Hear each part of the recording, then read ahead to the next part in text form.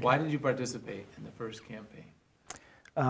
Well, Kim said we had to, so we did. I guess just because it was the right thing to do.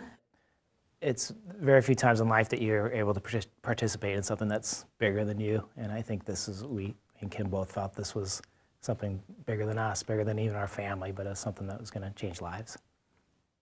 In this day of age, we're all worried about job security, but also, whether or not we're going to be able to keep a job, whether or not we're going to be able to, next year if we're still going to be employed. And you start thinking at first very cautiously, I think, and then you might need to take a step back and think and pray and trust that God can do more than you can imagine. And at first it looks scary on paper, especially if you're a logical planner, but God will take care of you.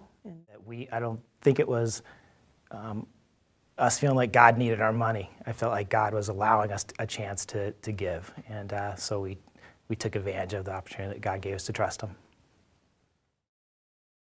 We decided to, both our kids at the time were 10 and 8, I believe, and they both got full-time jobs, and we went down to 1 meal a day for the kids. The parents we need at least two meals a day, but we decided to, if we could keep them at 1 meal and then every other day skip a meal, skip just the day, it wasn't much of a sacrifice for us. When we were trying to figure out how to give to the campaign, we took we get 2 extra paychecks a year, so we figured we'd get that to the campaign, and then also a tax return, and then we were kind of in need of a car, but we put that off, so the car potential payment went to the campaign.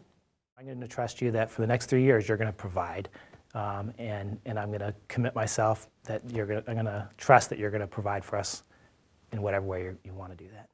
We've been totally taken care of. We've never needed anything, and it's funny to call it a sacrifice, I guess. Gary and I have talked about how, especially in our country too, to call the way we live ever a sacrifice is quite a stretch. So God's grown me tremendously since I've been here, I think 8 or 9 years ago. He's, through the worship here, I've been able to, worship God in a way that I never have before. And through the teaching, just learning the balance of grace and truth is incredible. To live rightly and to always look at the cross.